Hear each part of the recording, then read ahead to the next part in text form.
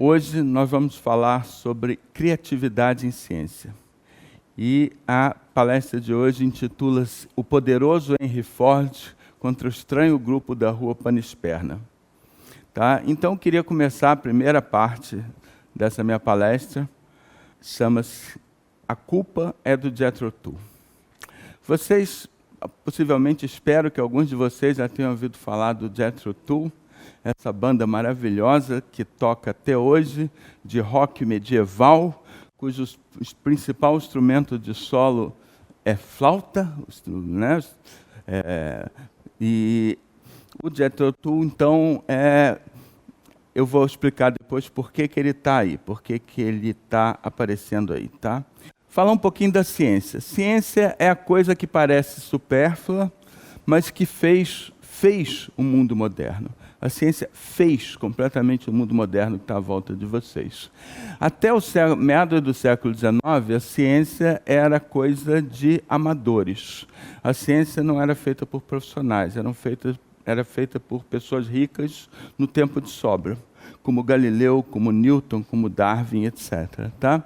E a muitos parece que a ciência é alguma coisa supérflua para a sociedade, né, que não tem importância para a sociedade. No entanto, você está cercado de produtos dela e não reconheceria o mundo sem ela. Tá certo? Tudo que vocês possam imaginar da medicina moderna, dos seus celulares, da internet, de computador, de transportes, de energia, tudo que você puder conceber veio da ciência, tá certo? A ciência fez nos últimos 200 anos que as pessoas vivessem o dobro. As pessoas há menos de 200 anos atrás viviam em média 40 anos e hoje vivem 80 anos por causa da medicina moderna baseada na ciência. A ciência mudou e fez o mundo moderno completamente. Agora, no último século, então, a ciência alcançou imenso prestígio graças ao seu desempenho para resolver os mais variados problemas, né? Com isso, a ciência cresceu exponencialmente, né?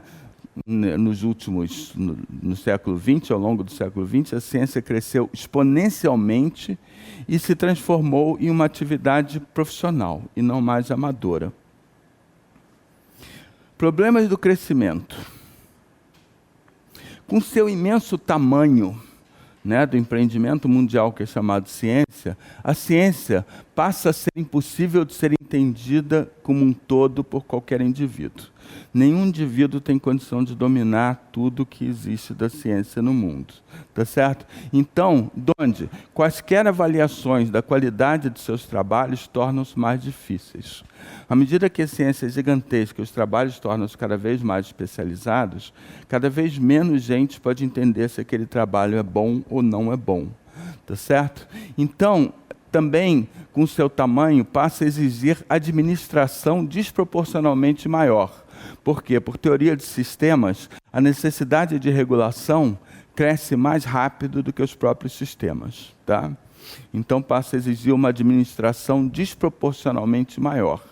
E passa a ser um meio de vida para cada vez mais gente. Passa a ser uma profissão e as pessoas vão viver disso. E, portanto, torna-se cada vez mais competitiva. Qual seria a solução para esses problemas de crescimento, então? A solução que foi encontrada para esse problema de crescimento foi inserir a ciência na mesma lógica vitoriosa, industrial e burocrática do mundo tecnológico que a própria ciência tinha criado. Tá? Então, inserir a ciência dentro dessa lógica industrial e burocrática, né, do resto do mundo que a ciência criou. Então, transferiu-se para a atividade científica os paradigmas industriais, simbolizados pelo Scientific Management, ou Taylorismo, que foram ideias propostas por um cara chamado Frederick Taylor, em 1911, e pela linha de montagem introduzida por Henry Ford, de fazer as coisas em massa, padronizadas, etc. Então, as virtudes no Taylorismo são padronização, repetição, eliminação dos inesperados na linha de montagem, especialização e repartição de tarefas. né? Vocês já viram, não sei se algum de vocês chegou a ver Tempos Modernos, do Charles Chaplin, que tem o cara lá que na linha de montagem, a única coisa que ele faz é apertar o parafuso. A única coisa que ele sabe fazer na vida é apertar aquele parafuso, né? Então essas são as virtudes do Taylorismo: padronização, repetição, eliminação de inesperados, especialização, repartição de tarefas. Tá? Então, esse é o Taylorismo, né, o Fordismo, como também é chamado, aí a linha de montagem da Ford, né, aplicado à produção industrial. E aplicando a lógica do poderoso Ford na ciência. Então, se é impossível avaliar a qualidade dos trabalhos, pelo menos a quantidade a gente consegue avaliar. Beleza? Segundo, se a ciência gira tanto dinheiro, faz-se instituições cada vez maiores para administrar esse dinheiro que gira na ciência. Terceiro, se ciência é uma profissão, seus praticantes, como em qualquer profissão, não mais necessariamente estão nela por vocação, mas, de qualquer forma, precisam viver dela. Agora, como funciona isso? Como funciona uma ciência com essa lógica industrial e produtivista num mundo, num planeta saturado e competitivo? Aí eu queria citar para vocês uma das frases mais maravilhosas que eu já vi. Vocês vão ver outra dele, de um filósofo que é um dos meus caras prediletos, assim, que é um cara absolutamente fantástico. Não sei se vocês já ouviram falar dele, Bertrand Russell. E Bertrand Russell escreveu uma frase, eu me lembro que eu vi isso numa livraria, na época eu não tinha dinheiro para comprar o livro, eu vi isso no livro, assim, folheando na letra de expressões, e aí eu disse, caraca, essa frase é tão fantástica que eu tenho que guardar essa frase. Mas eu não tinha dinheiro para comprar o livro, eu deixei o livro, fiquei lendo a frase um monte de vezes até decorar, cheguei em casa, escrevi, e agora eu boto para vocês. Boa índole, boa natureza, né? Bom caráter, é de todas as qualidades morais aquela da qual o mundo mais necessita. E ela é o resultado de tranquilidade e segurança, e não de uma vida de disputa feroz. Beleza? De todas as qualidades morais, boa índole é aquela da qual a humanidade mais necessita. E ela vem de uma vida de tranquilidade e segurança, não de uma vida de luta feroz, de uma existência de luta feroz, tá? A gente acabou, então, gerando dentro dessa lógica, num planeta saturado e competitivo, o que muitas pessoas chamam indústria de papers. Talvez a terminologia não seja tão familiar a vocês, mas paper é como a gente chama artigo científico, tá certo? Então, seria indústria de artigos científicos. E eu vou colocar para vocês aqui os 10 mandamentos da indústria de artigos científicos, tá certo?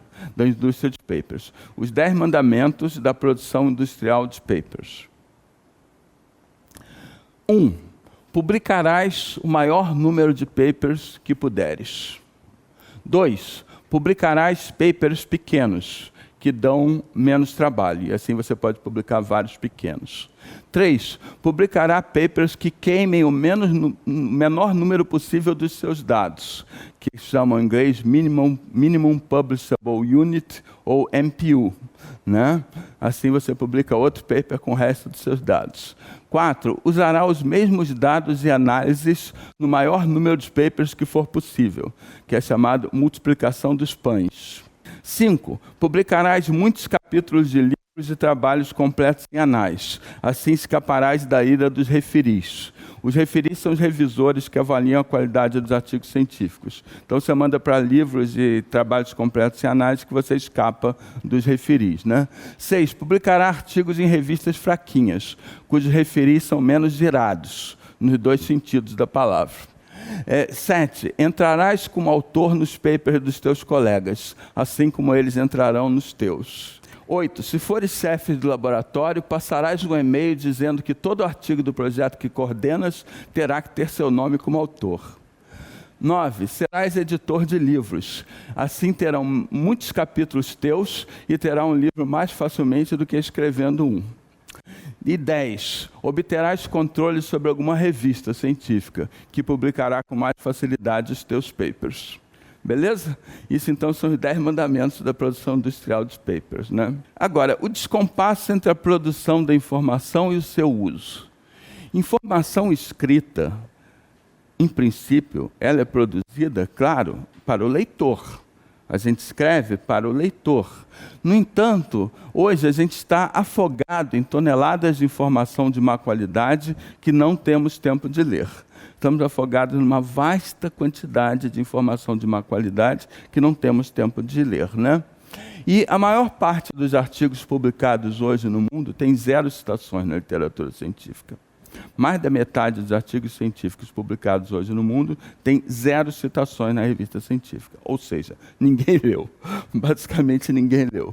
Tá? Então, a indústria de papers inventou a publicação que serve apenas ao autor, mas não ao leitor. E, bom, a questão da administração. Nas universidades públicas brasileiras, as peculiaridades do país e do serviço público produziram uma imensa burocracia corporativa, ineficiente, emperrada e parasita do prestígio das universidades, né? Essa colossal burocracia corporativa, ineficiente, emperrada e que parasita o prestígio das universidades. E os cientistas são pressionados a gastar a maior parte do seu tempo não fazendo ciência, que é atividade fim, mas fazendo administração e burocracia, atividades meio. A gente acaba gastando mais tempo em atividades meio do que em atividades fim. E o princípio da incompetência, isso de um belga que eu conheci, que eu trabalhei com ele, Eric Le Boulanger, e o Eric uma vez me falou, que ele chamou de o princípio da incompetência. Quanto mais você sobe na carreira científica, menos te deixam fazer as coisas que você treinou a vida toda para fazer. Tá? Porque quando você chega lá em cima, tem um monte de administração, de coordenação, de chefia, coisa e tal, e você não consegue mais fazer as coisas que você passou décadas da sua vida treinando para conseguir fazer bem. E a questão dos profissionais. Imagina-se que os profissionais que optaram por uma carreira científica, como pode ser o caso de muitos de vocês, os profissionais que optaram por uma carreira científica o fizeram pela curiosidade, pela excitação da descoberta, pela intensidade da troca livre de ideias. Né? Muitos acabam se acomodando com a nova rotina de fazer ciência sem riscos, de forma automatizada, porque a sua cabeça está em outro lugar, como um burocrata. Com isso, algo do que há de mais bonito nessas pessoas silenciosamente morre. Vocês estão me acompanhando? Com isso, algo do que há de mais bonito nessas pessoas silenciosamente morre. Bom, talvez vocês tenham achado a nossa parte 1 um pouco triste, espero que sim, mas a gente tem a nossa parte 2. E a nossa parte 2, sim, eu tenho que explicar a razão do nome esdrúxulo da parte 1. Moral da história da parte 1. Segundo os historiadores, a Revolução Industrial, paradoxalmente, não começou nas cidades. A Revolução Industrial começou nos campos. Ela nasceu nasceu no século XVIII, muito antes de Taylor e de Ford, com a racionalização dos métodos de produção agrícola na Inglaterra, que foi implantada por um agrônomo chamado Jethro Tull, que inspiraria o nome da banda. Portanto, no fundo, a culpa é do Jethro Tull. Beleza? E agora a gente vai para a nossa parte 2. E a nossa parte 2 chama-se o inconformismo criativo. E esse é o Bertrand Russell, de quem eu falei para vocês.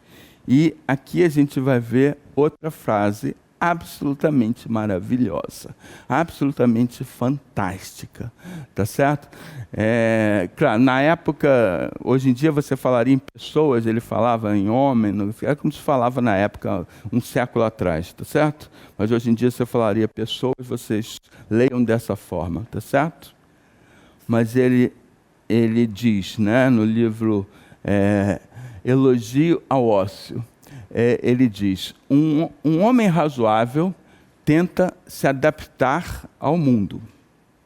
Um homem não razoável tenta virar o mundo de cabeça para baixo para que se adapte a ele. Portanto, todo progresso depende dos homens não razoáveis. Vai ser brilhante assim na minha estante. Vai ser brilhante assim na minha estante, tá certo? O homem razoável tenta se adaptar ao mundo. O homem não razoável tenta virar o mundo de cabeça para baixo para que se adapte a ele. Portanto, todo progresso depende dos homens não razoáveis. O Queria falar um pouquinho então sobre esse cara, vocês talvez já tenham ouvido falar dele, o Domenico de Masi. Domenico de Masi era um sociólogo italiano que morreu há poucos anos atrás, e ele escreveu um livro que foi um best-seller mundial, um livro extremamente conhecido, que se acha até hoje com facilidade nas livrarias, que é o Ócio Criativo. Tá? E escreveu outro livro que é bem menos conhecido, mas que é muito interessante também, que é A Emoção e a Regra. Tá? O Ócio Criativo a gente vai falar já. A Emoção e a Regra é um livro sobre a sociologia da criatividade. O que faz um grupo ser criativo, como grupo. Beleza? Tá? Então nós vamos falar sobre esses dois livros. E o Ócio Criativo, de Domenico de Masi. A mente geralmente é mais criativa quando o seu inconsciente trabalha em algo no qual o consciente se focou de forma intensa. Tá? Então, a mente é mais criativa quando o seu inconsciente trabalha em alguma coisa no qual a mente se focou de forma intensa. Tá? Portanto, as grandes sacações geralmente vêm em ou são produto de momentos de lazer. Isso vive acontecendo e já aconteceu comigo. Muitas das minhas melhores ideias em ciência vieram em momentos de lazer. Tá? Momentos que eu não estava realmente pensando nisso. Tá? Nada destrói mais a criatividade do que jornadas longas demais de trabalho repetitivo. Beleza? Portanto, jornadas de trabalho devem ser intensas, porém curtas. Gente, não adianta ser curta sem ser intensa, não, beleza? Jornadas de trabalho devem ser muito intensas, porém curtas, de forma a permitir espaço para o ócio criativo. Beleza? Bom, e a sociologia da criatividade, né? O livro Emoção e a Regra. Alguns dos grupos analisados nesse livro, grupos criativos, são a Estação Zoológica de Nápoles, que foi na parte pobre da Itália, né?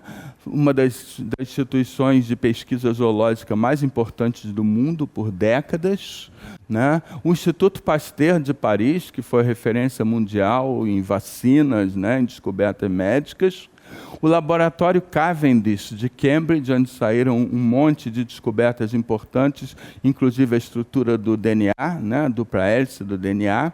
E o que eu vou falar para vocês com mais detalhe, o grupo da Rua Panisperna.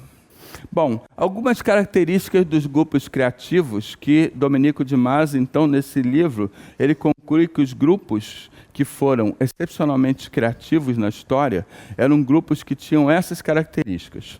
Primeiro, um líder carismático e motivador.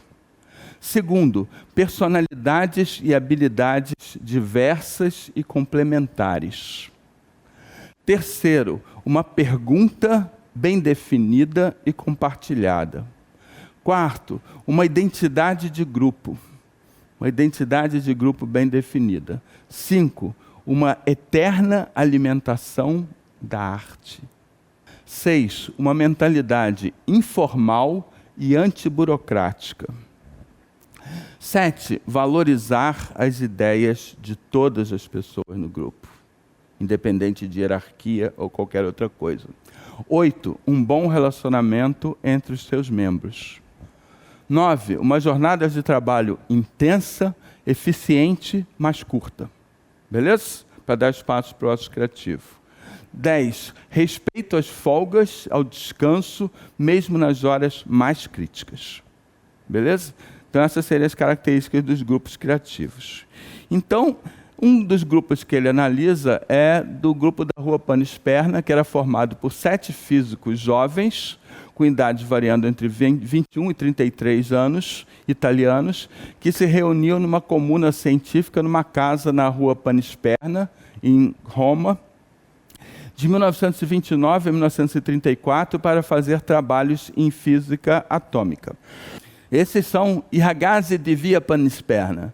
Né? Aqui são 5 dos 7 rapazes que, então, trabalhavam nessa casa na Rua Panisperna, em Roma. E era uma organização científica muito estranha. Era uma organização científica muito estranha. Apenas o líder era um físico razoavelmente conhecido. e mesmo assim apenas na Itália. Os outros eram ilustres desconhecidos, jovens. A circulação de ideias era absolutamente livre. Não existia uma hierarquia rígida e todas as pessoas, as ideias eram igualmente apreciadas por todos e discutidas. Era uma equipe. O grupo como um todo escalava cada membro para estágios com os melhores físicos da época para desenvolver habilidades que interessavam a todos. A gente não sabe lidar com acelerador de partículas assim, coisa e tal, então fulano vai para aquele lugar para passar um estágio lá para aprender a fazer isso e vai voltar para cá. E eles se revezavam para ir aprender diferentes coisas. A jornada de trabalho era de apenas 7 horas por dia. E eles tinham mecenas, um senador da República Italiana, chamado Corbino, que simplesmente acreditou nos caras e que dava um recurso, dava dinheiro para eles, um financiamento modesto, mas sem nenhuma burocracia. Ele simplesmente chegava e dava o dinheiro para os caras e dizia, eu quero que vocês estejam produzindo artigos científicos bons. Enquanto vocês estiverem produzindo artigos científicos bons, não tem que escrever projeto, orçamento, pedir dinheiro, fazer relatório, prestação de contas, não tem que fazer nada disso. Vocês têm que estar fazendo ciência boa. Enquanto vocês estiverem fazendo ciência boa, eu estou dando dinheiro para vocês. Beleza? Mas era um grupo estranho, mas muito criativo. Em 1934, o grupo da Rua Panisperna descobriu que o bombardeamento com nêutrons causava instabilidade do núcleo, dando origem à era nuclear, dando origem a todas as aplicações da energia atômica. Tanto as aplicações que eventualmente se tornaram ruins para a bomba atômica, como as aplicações boas para a geração de energia, para a medicina, etc., etc. Tá? Então, essa descoberta deu a eles o Prêmio Nobel de Física de 1938. Na verdade, um dos 2 prêmios Nobel de Física, que eles ganharam outro também. Esse grupo de 7 cientistas jovens, trabalhando sozinhos numa casa isolada, ganhou 2 prêmios Nobel, tá certo? E o líder do grupo depois ficou famoso e chamava-se Enrico Fermi. Talvez vocês já tenham ouvido falar deles, mas se vocês pegarem os rankings que são publicados, que existem alguns rankings que são publicados das pessoas que, na opinião de quem faz o ranking, seriam os 100 maiores cientistas da história, Enrico Fermi está em todos esses rankings, geralmente lá pelo 20º, 30º lugar, entre os maiores cientistas da história. Tá certo? E agora, como aplicar as características dos grupos criativos a um grupo como o nosso? A um grupo como o grupo de pesquisa que vocês possam eventualmente fazer parte aqui na universidade. Então, um líder carismático e motivador. Bom, espero que vocês já tenham um, ou que vocês sejam um. 2, personalidades e habilidades complementares. O pluralismo na prática. O que eu falei de Croizat não vale só para Croizat, mas para nossos colegas também. Léon Croizat não é familiar a vocês, mas Léon Croizat é um dos maiores biogeógrafos da história. Foi o cara que percebeu que distribuições de animais, plantas, só poderiam ser explicadas com os continentes se movendo, transportando os animais e plantas, e não os bichos passando de um lugar para o outro. E ele percebeu isso na década de 40, quando a geologia ainda acreditava que os continentes eram fixos. Ele disse que os continentes se moviam antes da geologia mostrar com a tectônica de placas que se movem. E foi um dos maiores biogeógrafos da história. Léon Croizat nunca estudou biologia, nem nada parecido. Léon Croizat estudou direito. Ele começou a trabalhar com ciência com 44 anos de idade, sem nenhum diploma, trabalhando sozinho, publicando os livros do próprio bolso, tá certo? Na Venezuela, que era um país pobre. E esse cara tornou-se um dos maiores cientistas da história. Então, eu não vou chegar e dizer para vocês, que não vou recomendar a vocês, não estude a área que você quer trabalhar, que você quer fazer pesquisa, comece a fazer pesquisa aos 44 anos, comece a publicar suas ideias aos 60 anos. Eu não vou recomendar nada disso para vocês, mas um cara com esse perfil conseguiu ser um fantástico cientista. Então, as pessoas têm perfis muito diferentes, tá certo? Vocês podem pensar muitos grandes cientistas na história que nem sequer tinham doutorado, tá certo? E aí são vários. Tá? Então, as pessoas podem ter perfis muito diferentes, fazer ciência de formas muito diferentes e ela ser útil. Tá? Personalidades e habilidades complementares. Terceiro, uma pergunta bem definida e compartilhada. É importante um projeto em comum para todas as pessoas do Lab que todas discutam. É importante que haja um grupo com uma pergunta compartilhada, bem clara, bem definida e que todo mundo discuta essa pergunta. 4, uma identidade de grupo. Esse é o logo do meu laboratório. Então, coisas como o logo do LECP e o próprio nome, né, podem parecer inúteis, mas estão longe disso. O fato de você ter o nome do laboratório, não é laboratório do professor tal, você ter o nome do laboratório, você ter um logo, você ter um símbolo, você ter uma identidade gráfica, isso ajuda muito as pessoas a sentir a identidade daquele grupo e aquilo a trabalhar como um grupo. Então, isso também é importante. Tá? A quinta coisa, uma eterna alimentação da arte. Esse foi um dos maiores ecólogos de todos os tempos, né? George Evelyn Hutchinson. E o Hutchinson, ele era um cara fantástico, ele era um cara, também era um dos que não tinha doutorado, era um dos que não tinha nenhum doutorado, e orientou o MacArthur, que foi o maior ecólogo de todos os tempos. Né? E o Hutchinson, os livros dele eram arte pura, os artigos eram arte pura. Vocês iriam imaginar que um dos artigos mais citados da história da ciência da ecologia, escrito por Hutchinson, chama-se Homenagem a Santa Rosália? Que diabo o cara queria dizer com o título esdrúxulo de um artigo científico, que é um dos artigos mais científicos citados, mais citados da história na ecologia? É Homenagem a Santa Rosália ou Por que há tantos tipos diferentes de animais? Tá? Eu não vou explicar a razão do título não, beleza? Mas vocês vejam atrás, assim como eu, o Hutchinson também gostava de títulos esdrúxulos. E o livro dele, por exemplo, um livro dele, Teatro Ecológico e o Drama Evolutivo. Né? E o Hutchinson, esse cara, escreveu que a ciência deveria ser vista como uma forma de arte. E se vocês pensarem bem, a atividade irmã da ciência é arte. De todas as atividades humanas, qual é aquela que é mais próxima da ciência? É a arte. A arte vai precisar de criatividade, intuição, sacação, um monte de coisas que são coisas em comum com a ciência. Não há nenhuma outra atividade humana mais perto da ciência do que a arte. E a arte nos alimenta. Né? Então, são atividades irmãs e a arte é uma fonte inesgotável de inspiração. Então, por exemplo, aí vocês estão vendo um cientista, um importante cientista, divulgador de ciência, um cara maravilhoso, espero que vocês ainda ouçam falar muita coisa dele, e vejam e leiam muita coisa dele. Num debate, esse cara num debate, numa palestra, esse cara é absolutamente espetacular, que é o Neil deGrasse Tyson. O Neil deGrasse Tyson foi o sucessor do Carl Sagan. Todo mundo já ouviu falar do Carl Sagan, um dos maiores astrônomos da história, divulgador da ciência, e o Neil deGrasse Tyson hoje ocupa a cadeira que foi do Carl Sagan.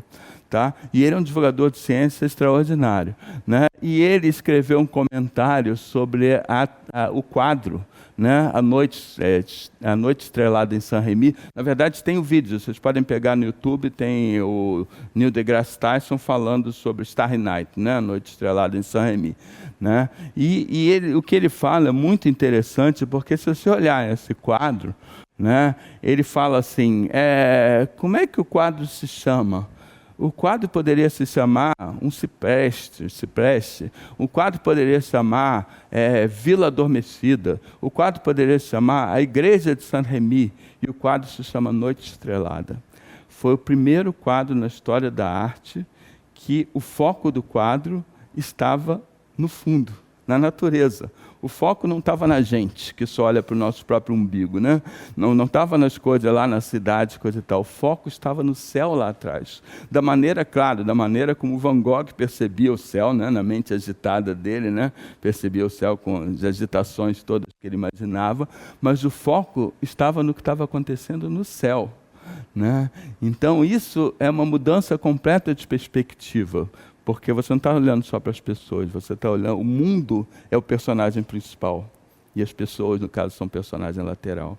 Isso é uma mudança completa. Então, isso é muito interessante, a gente pensar na arte assim. A arte, assim como a ciência, são os grandes produtores de mudança de perspectiva na gente. de ver as coisas de forma diferente. E, 6, uma mentalidade informal e antiburocrática. Nunca esquecer que nós estamos aqui para as atividades fim e não para as atividades meio. Beleza? Vocês estão na universidade. As atividades fim da universidade são ensino, pesquisa e extensão, não burocracia. Beleza? Ok? 7. Valorizar as ideias de todos. Toda ideia merece ser ouvida da mesma forma, não importa o título de quem fala. Espírito crítico é bem-vindo sempre. Numa universidade, espírito crítico precisa ser bem-vindo sempre. E as ideias de quem pensa diferente da gente precisam ser bem-vindas sempre e discutidas. Beleza? Ok? Então, isso traz uma citação do Voltaire, né? Alguns atribuem a Rousseau, mas na verdade foi Voltaire que falou isso. E o Voltaire escreveu lá pelo século XVIII, maravilhosamente: não concordo com nenhuma das tuas palavras, mas defenderei até a morte o teu direito de dizê-las. Beleza? Não concordo com nenhuma das tuas palavras, mas defenderei até a morte o teu direito de dizê-las. Isso é a universidade. Um bom relacionamento entre os membros, além de ser agradável, torna mais livre e eficiente o fluxo de ideias. O bom relacionamento não só torna o cotidiano mais agradável, mas se as pessoas têm um relacionamento ruim dentro da equipe, isso trava o fluxo de ideias. Isso é um obstáculo para o fluxo de ideias e a coisa não se desenvolve bem. 9. Uma jornada de trabalho intensa, eficiente, mas curta. Então a ideia não é ter gente que passe 10 horas por dia no lab, vendo celular, não sei o quê, vendo TikTok, Instagram, ou essas coisas lá, ou conversando, né, só batendo papo, coisa e tal. A ideia não é ter gente que passe 10 horas por dia no lab, mas ter gente que esteja de corpo e alma enquanto estiver. Mesmo que seja por um tempo muito mais curto, ter pessoas que estejam no laboratório de corpo e alma no tempo que elas estiverem lá. Tá? 10. Respeito às folgas nas horas mais críticas. Segundo disse o grande filósofo Oswaldo Montenegro, não sei se vocês já ouviram falar do Oswaldo Montenegro, músico, letrista maravilhoso, e o Oswaldo Montenegro, numa das músicas dele, ele diz então: descansar é para alimentar e trabalhar sem anseio. Beleza? Descanso é fundamental para tudo. Você precisa ter descanso suficiente para você ser criativo, ser eficiente. E descanso, claro, é essencial para criar, por causa do ócio criativo do Domenico de Masi. Esses caras que vocês estão vendo aqui, não sei se algum de vocês reconheceu, mas esse é o Francis Crick e esse é o James Watson. São os dois caras que descobriram a estrutura do DNA, que permitiu toda a aplicação da genética para a medicina, para curar um monte de doenças, e, enfim, revolucionou nossa compreensão do mundo, né, da genética. Né? Então, e eles estavam numa corrida desesperada com outro grupo, né, da Maurício Wilkins, né, que estava correndo atrás, e do Linus Pauling, que era um grande químico, que também estava correndo atrás, e eles estavam nessa corrida desesperada e eles não conseguiam chegar. Né? Havia umas fotografias de raio-x da Rosalind Franklin, que trabalhava com o grupo do Maurício Wilkins, que ela não tinha conseguido interpretar e não tinha curiosidade, e ela deixou a coisa lá, e eles pegaram aquelas fotografias e disseram: não, tem coisa aqui, né? E eles foram correndo atrás e começaram a tentar fazer modelos, construindo modelos com madeira. Na época não era computador, construindo modelos com madeira, com carpintaria, aqueles modelos imensos de molécula, para tentar encontrar um modelo que tivesse uma estrutura que correspondesse, que explicasse o que estava aparecendo nas microfotos de raio-x. Né? E passaram um tempão, e a coisa assim, e estavam sentindo que estavam chegando perto, mas não dava, não explicava, não sei o que, coisa e tal. E aí o Watson, eles tinham o hábito de um dia da semana, não me lembro que dia, ou mais de um dia, numa hora no final da tarde, eles sempre jogavam tênis. Eles sempre saíam juntos e jogavam tênis, né? Eram dois outsiders, eram dois caras que justamente eram aqueles caras muito diferentes e que no laboratório ninguém prestava muita atenção a eles. O Crick porque era velho e conservador demais, e o Watson porque era jovem e arrogante demais. né? Mas eles se complementavam e se entendiam muito bem, jogavam tênis, né? Sempre naquele horário. E aí ele chegou na hora do tênis, o Watson falou, a gente está quase chegando, a gente está quase descobrindo, a gente está perto, não vamos parar não, vamos continuar fazendo modelo, coisa e tal. O Crick, calma, relaxa. Vamos jogar nosso tênis, que depois a coisa vai aparecer. Aí eles foram jogar tênis, diz a lenda, a história, que eles foram jogar tênis, e assim que eles voltaram, eles tinham pensado qual era a estrutura do DNA. Né? Então, descanso serve para isso. Agora, por que esses slides com designs ridículos e infantis? Porque a criatividade é uma característica infantil. A criança de Thomas Huxley. A gente não vai ter tempo de falar sobre isso. Meu maior ídolo em ciência não é Charles Darwin. Meu maior ídolo em ciência é Thomas Huxley, o cara que se tornou, foi muito mais responsável do que Darwin pela popularização das ideias de evolução no século XIX, o bulldog de Darwin, que defendia publicamente o Darwin, e que era um cara absolutamente fantástico, que era um cara que teve 2 anos de educação formal na sua vida, tá? De ensino primário, teve 2 anos de ensino primário e se tornou um dos maiores cientistas da sua época, um dos maiores naturalistas do mundo, tá certo? Por puro autodidatismo, garra e esforço, tá? E que foi o cara que criou a profissão de cientista, foi o cara que lutou na Inglaterra para que os cientistas passassem a ser pagos para fazer ciência e não apenas amadores ricos. E esse cara fantástico, quando ele já era um cientista consagrado, um jovem chegou para ele e perguntou para ele, queria um conselho de como fazer ciência. E o Huxley falou, sit down before fact like a little child. Sente-se diante do fato como uma criancinha o faria. Caraca, perfeito o conselho, né? Quer dizer, a curiosidade, o encantamento, a mente livre de preconceitos, sente-se diante do fato como uma criancinha o faria. Tá? Então, criatividade é uma característica infantil. Cientistas criativos são, antes de mais nada, personalidades neotênicas. Ou seja, pessoas que levam a curiosidade, a fascinação, o maravilhamento, a cabeça livre de preconceitos até idades avançadas na sua vida. Esses são os bons cientistas. Tá? Cientistas são personalidades neotênicas. Neotênicas seriam aqueles que conservam características de jovens, né, na sua vida inteira. Então, não critique um cientista por ser estranho fora do mundo. A capacidade de ver de fora pode ser a maior virtude dele. Tá? A capacidade de ver as coisas de fora pode ser a maior virtude dele. Então, moral da história, parte 2. O caminho para fazer ciência criativa é praticamente indistinguível do caminho para fazer nosso trabalho agradável. Então, o caminho para vocês fazerem ciência criativa aqui dentro, para o laboratório de vocês, é praticamente indistinguível do caminho que faz o nosso cotidiano agradável. Beleza? Então, quem ganha a luta final? Né? O poderoso Henry Ford ou o estranho grupo da Rua Panisperna? Nesse momento, mesmo na universidade, Henry Ford ganha de goleada.